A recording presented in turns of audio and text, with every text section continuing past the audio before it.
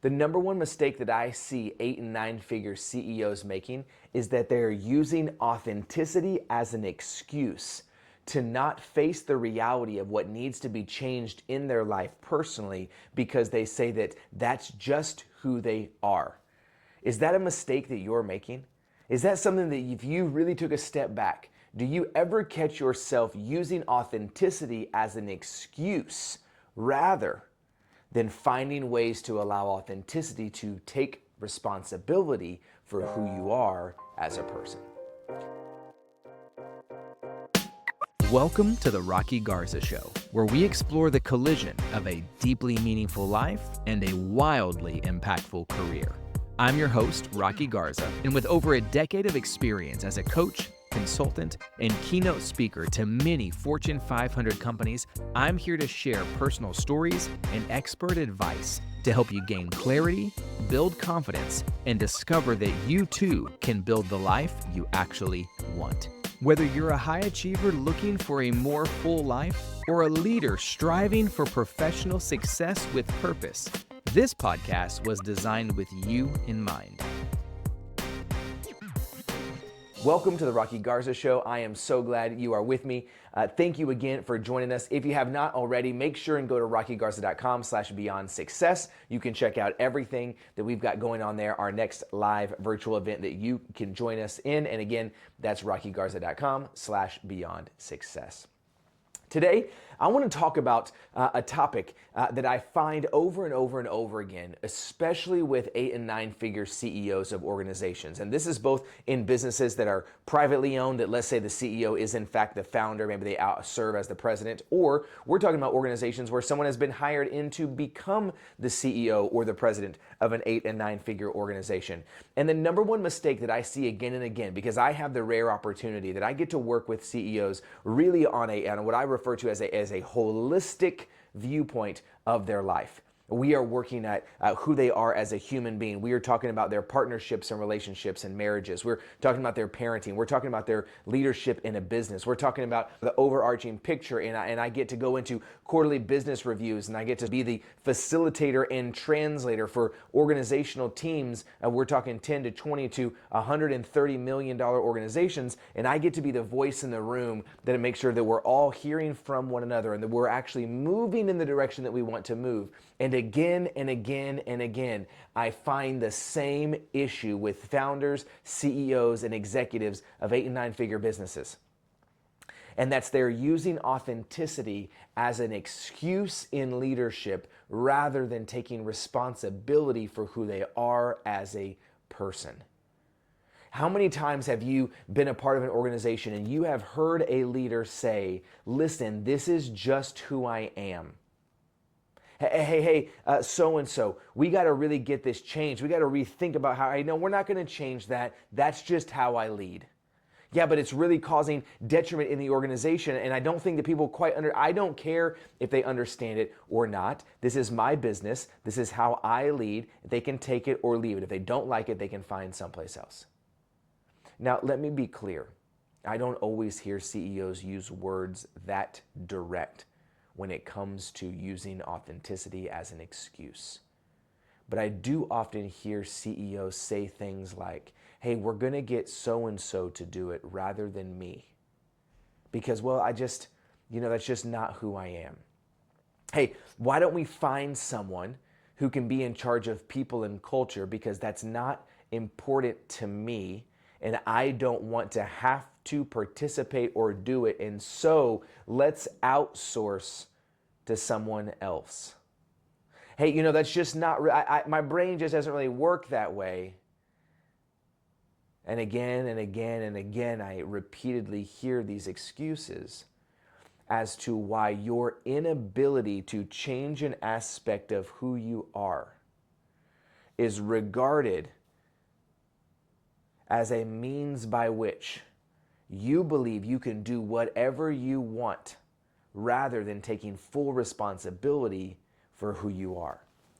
You see, if I could redefine authenticity as it relates to leadership, I would redefine authenticity as simply taking personal responsibility for everything about you. See, those that I see that lead really well, those that I see that are really leading from the front. And I don't mean that means they are necessarily in front of everyone, but they are leading from the front saying, we're going to rally the troops around us. Those that lead really well, they have an overwhelming personal responsibility to who they are. Authenticity should be a personal responsibility. It should not be a liability to the organization simply because you say you refuse to change. I want to say that to you again, and this is not just if you are a CEO. This is if you are a people leader of any kind. I want to challenge you today to really get in there and think about, where are you claiming that this is just me, authentic me, when what if potentially it is an irresponsible you? See, making an excuse for your behavior, especially when we're talking about the way we care for and treat others, will never allow you to grow and build the team that you want to build, as long as you are consistently using authenticity as an excuse. I was recently working with an organization. They're about $110 million in annual revenue. Talking about their team, talking about their leaders. They've got an incredible team. They've got incredible executives, and they have an incredible sales team. And they, in particular, have a salesperson on their team, been there a long time, experienced, tenured, could be an incredible leader. But this individual simply just refuses to take responsibility for themselves. They believe everything they're doing is up to them. They believe that what it is that they are doing, that no one else in the world can do it like them, that they're a unicorn, they're an anomaly, and therefore when it comes to taking personal responsibility for who they are, they tend to say, just let me do it, I'll do it my way. And when we try to extract the greatness out of this person and say, hey, we want to get this out of you because we want other people to see it, we want them to know how you're doing it, we want them to be on board, we want them to be trained and developed and learn from you, the repeated answer that we get again and again and again is, well, this is just me. This is just who I am. This is just how I'm going to do it. And when we ask them to not change who they are, but rather adapt and adopt our system by which we can then replicate what we are doing so that we can scale it. By the way, that's a different episode. You can't scale until it's replicable. However, we're looking to replicate what we're doing. How do we replicate what you have done for decades if you're unwilling to train, develop, and show us what those things are? And again and again and again, this individual consistently communicates to us, this is who I am. This is what I'm going to do. I'm not interested in doing, developing, or helping anybody else do it because I do it my way. And I do not view that as authentic leadership. Rather, I view it as irresponsible leadership. See, I want to challenge you to think through for yourself today. Where in your life as a leader are you claiming authenticity when you should be claiming irresponsibility? I'm going to ask you this again because I really, really want you to dial in and focus on this for just a moment. Where in your life as a leader are you claiming authenticity when the reality is you should be claiming irresponsibility? And your refusal to acknowledge who you are and to consistently be growing and developing in your capacity to serve others, you have instead said, this is my business, my way, I started it, therefore everybody else can adopt and change. However, this is just who I am. I want to challenge you, friend, that is not authenticity. That is what we call irresponsibility. And so where are you choosing? Where are you choosing to not take responsibility for who you are because you believe that this is just you being authentic? See, we would say here at Rocky Garza Coaching that for you to take full responsibility would require for you to go through identity mapping. It would require for you to have a language about why you do things and how you do things and what you do as a human being so that you have the ability to see it and know it. I would ask you and encourage you as a leader, have you done any sort of 360 feedback with your team? Have you asked anyone on your team what they think? Do you know where people need your support? When someone says, what do you need? Do you offer up opportunities to have them engage, or instead do you say, I'm fine?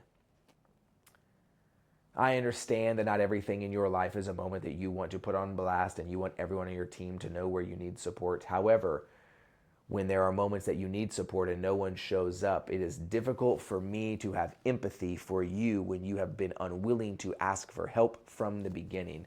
And when you have incredible teammates who are saying, what do you need? And you say nothing. When you have incredible teammates who say, where are you at? And how can I support you? And you say, I'm good. When you have an incredible team who says, hey, I see these things on the horizon. Should we adjust or adapt? And you say, no, that's just who we are.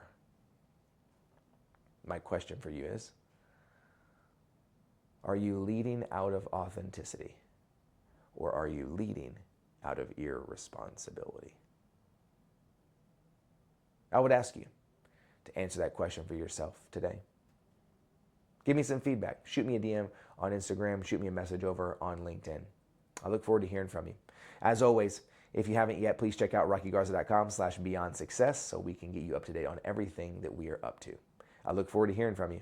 And remember, leading with authenticity is not an excuse for bad behavior. Rather, it is an admittance of your desire to take full responsibility for who you are. Talk to you soon, and let's keep going.